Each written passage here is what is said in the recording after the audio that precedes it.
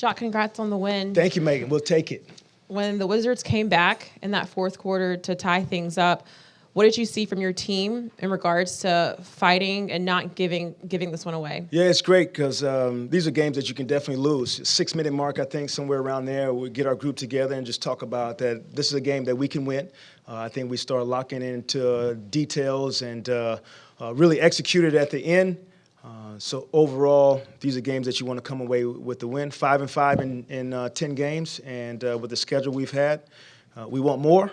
But good first 10 games. It looked like in those last few minutes, some big-time critical stops from your group. Was there anything that you adjusted or did differently in those last few minutes that allowed your team to get the stops and get the offensive flow? No, we talked about before the game just the impact that Nick has on our defensive end of the floor, the plays that he made at the end of the game, whether it's to block, to save a basket, whether it's a deterrent at the rim on 2 other plays, the ability to switch at the end of the game and keep a body in front of a body. So we missed that, and good to see him back out there. Jacque, I was going to ask you just about got Nick. you, huh? Got you. You knew, but I'll ask you on the other end too. I mean, he was pretty useful on offense as well. Just, I guess, all around, just how great is it to have him back and see what he's able to do in this game today? Yeah, and he's not even 100% like we talked about. No guy is 100% right now, and his ability to I don't know, in the minutes that he played, to have double-digit rebounds, to be impressive on both ends of the floor. You see that the pace that he can play with, whether we got threes because he was the thrust that we talked about before the game, putting pressure on the paint. He was able to do that. And then he just gives you the versatility. I mean, we were really going back and forth between defenses tonight just because Gafford gets hurt. That changes their rotation. That puts Gallinari out there a little bit longer. So really useful to have Nick out there. And what happened with Lonnie Walker? Obviously, came back. Yeah, so that's that same knee that Lonnie's been having the tape on. A little collision going to the rim. Good thing, though, he got back in the back, got looked at, but finished the game, so which is good. So that's a positive sign. Jacque, Mikal was struggling shooting throughout the whole game. I think he was 2 for 14 on threes, but yet in that fourth, he found a way to kind of make things happen. I guess, one, what does that say about just him being able to kind of, still contribute and find a way to get things done? Yeah, and we talked about it, Evan, like Eric asked a question about the looks of Mikal. I think you take a look at a lot of the shots he had tonight from 3, really good looks, and that ball will continue to go in. He works too hard for it not to. But the will to win at the end of a game, to make a play, whether it's the free throws, whether it's the layup, whether it's the pull-up midi, all those things we needed at the end of a game, and his will to win is really high level. And I guess kind of adding to that, I think he was one of the leaders, I think, in fourth quarter scoring. For a player like him, as you talked about him just getting comfortable in that role, do you see him slowly with each game just realizing, hey, I got to make this player just settling down where I know I got to make the smart play, and it just happens to be the right one? Yeah, it's a combination of both for sure. It is his teammates putting the basketball in his hands to make plays, so that piece of it, that's going to put him in a position to make the right play, and then you just grow from there. The more opportunities you see, you get to learn from whether a team is staying at home, whether a team is coming to blitz you, whether a team is playing the big closer to the rim. What you're going to get on each possession, that only comes with his ability to be in those situations. Well, good to see you. Yeah, it's It's been a minute, huh? You didn't want to come see me? They told me it was only 10 games. I had to be here, so I'll be back.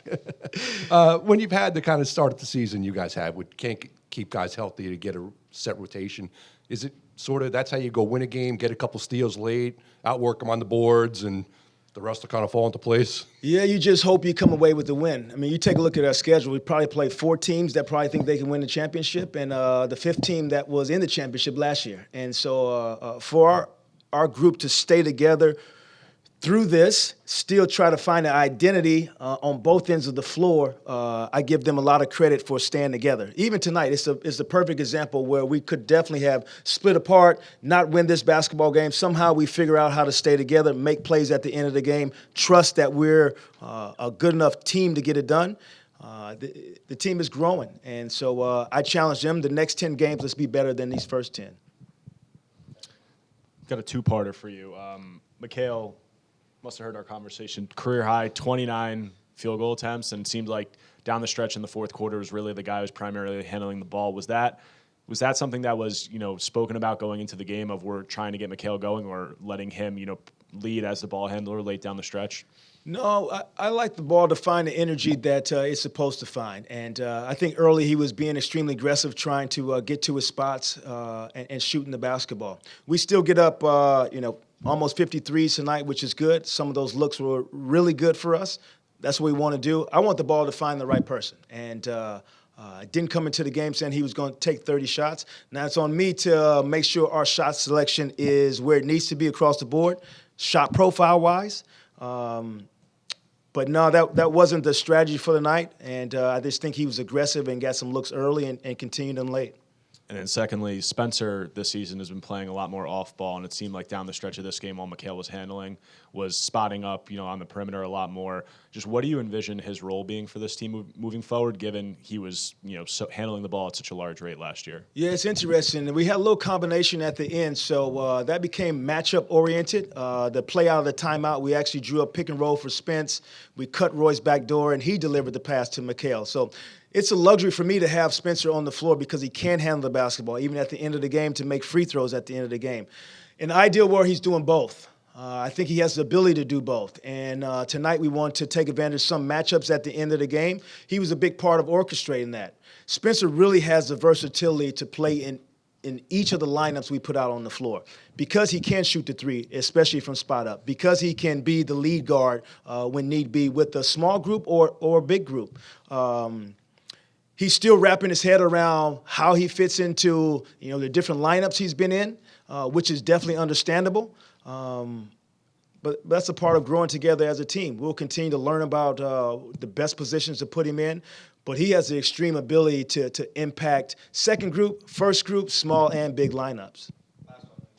Jacque, coming off of Friday, where a lot of the guys said it was unacceptable when it comes to the offensive glass, so coming in today to out-rebound a team 66-42, 3 guys in double figures on the rebounding battle, and then to have 20 offensive rebounds. What did you think of the guys' ability to bounce back from that and attack the glass like the way they did? Yeah, Megan, that's the only reason we were really up in the first half by 8 is I thought Day'Ron had a huge impact in offensive rebounding the basketball. Even Mikal had one to finish the quarter.